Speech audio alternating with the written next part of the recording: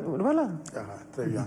monsieur le président de la république am na lu doomu Sénégal yëpp wax dëgg yàlla tey bëgg nga gindi leen ci muy sa diggante ak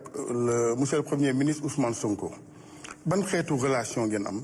ci ñi njort ne réeroo dafa am fi ñu koy teg dina bari création ñaari coalition pour un même pouvoir boo nee Diomaye président coalition Diomaye ñoom ñu ne apte boo dee par exemple le président américain mérite le prix boo xamante ne ci wàllu jàmm la moom mu gis ne président américain mooy le facteur déstabilisateur de ce monde finalement mën naa juum loolu di nuru xeetu insubordination te yow rek ngay le numéro 1 des sénégalais war a leeral tey jii boobu diggante looy wax sénégalais yi. maag premier ministre ñaari type rapport la ñu am peut-être même ba ñett bi ci njëkk mooy les rapports étatiques mooy président de la république moom mooy premier ministre.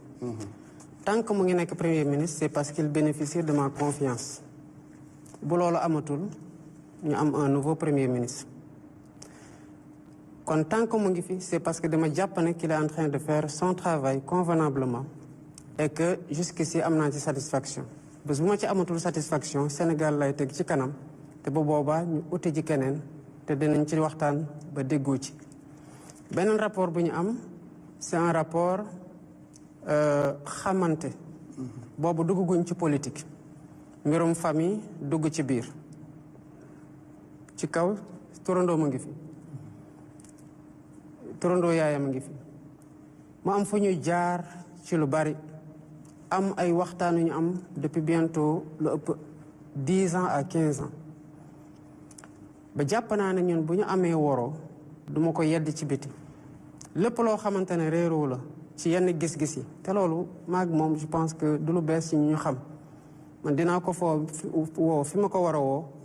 yedd ko fa ni ma ko war a yeddee te du doon ci biti kon divergence yooyu bu amee ñu ngi koy gérer ci nuñ ko war a gérer loolu nag ci relation bu nekk la am te lu ñu war a mën a concevoir la tamit que ay nit di waroo gis-gis mais am intelligence su gérer ces divergences là sous ce rapport là tamit amul problème li ci des c'est une relation politique ñu bokk ci parti évoluer vers une coalition te coalition du lu bees ci suñu trajectoire Pastef mosul demal boppam moom kese ci élection 2017 ñu ngi demee ndawi askan wi 2019 ñu ngi demee jot na 2022 ñu ngi demee yeewu askan wi ñaari yoon ci locales yi ak ci législatives yi 2024 ñu ngi demee coalition Diomaye président coalition nag électorale modalité de conquête de pouvoir la woon mayoon nañu plus fort reste en 2017 may ñu ay mairie may ñu plus de voix à la présidentielle de 2019 may ñu ay mairie en 2022 may ñu des députés yu am solo ci assemblée en 2022 jox ñu pouvoir en 2024 kon lu ñuy jàppoon noonu ba tollu fi du loo xamante ne dañ koy bàyyi moo tax bu ñu amee ay coalition warul bett kenn parce que loolu mooy ADN bi maintenant coalition électorale bu demee ba gagné day muter tamp en coalition de gouvernance moo tax boo xoolee ci biir conseil des ministres da ngay gis ñi bokk Pastef gis ñi bokk ci coalition Diomaye président ak ci beneen kuréel bu mu fa mënta nekk am na ñoo xamante ne sax bu leen fàtte ne ku mel ni ministre des infrastructures Déthié Fall dafa demaloon boppam élection bokkul woon suñu coalition te pourtant mu ngi liggéey ak ñun kon am na ñeneen ñoo xamante ne xëy na demoon nañ ci yeneen coalition ëllëg mën na ñëw ñu mën a ñëw bokk ci liggéey gi parce que liñ ciy xool rek mooy kii ci lu ñu soxla naka la mën a jëriñee Sénégal en définitive c'est le plus important. ok ci gàttal parce que au-delà des coalitions li ëpp solo mooy réew mi nu bokk y a pas de risque de crise institutionnelle ni ko ñenn ñi jorte. crise institutionnelle mënul am parce que premier ministre décret moo koy nommé décret moo koy dindi donc saa yuy nekk premier ministre rek d'abord ci nuñ koy tànnee président de la république moo koy doylu ba pare nommé ko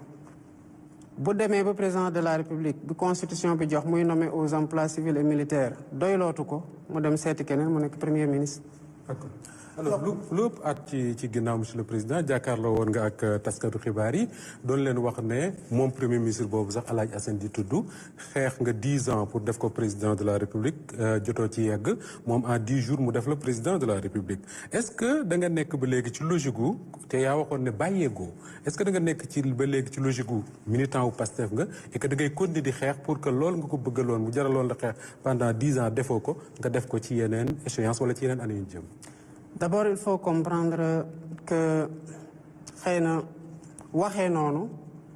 day réduire mbir mi toujours ci entre man ak moom Pastef c'est une organisation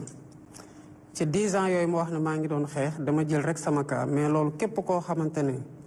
nekk nga membre fondateur Pastef toog Pastef ba fa ñu toll nii xëy na mënoon nga ko wax kon finalement ñu bëri ñoo nekkoon ci loolu rejoint nag progressivement par ñu bëri moo tax li am solo quel que soit moment bi nit ki egg Pastef mooy ban apport la am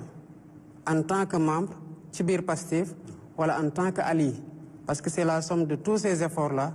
moo waral tey Pastef ne ko au pouvoir beneen bi dama noonu ndax bu mu lorñe la fauteuil na ko xool jàkk li ma bëggoon jàngale foofu mooy li ma doon wax sànq ci sérénité gi ma am ci pouvoir bi tax ma jàpp ne du bulletin unique mooy tax ma toog du mooy tax ma wàcc du transparence ci fichier bi mooy tax ma toog mooy tax may wàcc donc man dama ci ànd ak gëm yàlla goo xamante ne jàpp ne yàlla mooy joxe nguur yàlla mooy jeexal nguur yàlla jox na ma nguur ci anam yu mu ko soobee saa yu ko jeexalee mu jeex bu ko jeexalul du jeex keneen ku mu nar a doon ëllëg ku yàlla di tànn la tamit pour jox la nguur maintenant nañ ko xool loolu effectivement c'est pour que nit ñi xam ne que nekku fi di ma gêner comme quelqu'un koo xam ne dañuy ne attention premier ministre mu ngi loolu ñu fauteuil ñu naan coup d'état rampant coup d'état de bu mu andi genre manque de sérénité ci pouvoir bi je ne suis pas dans ça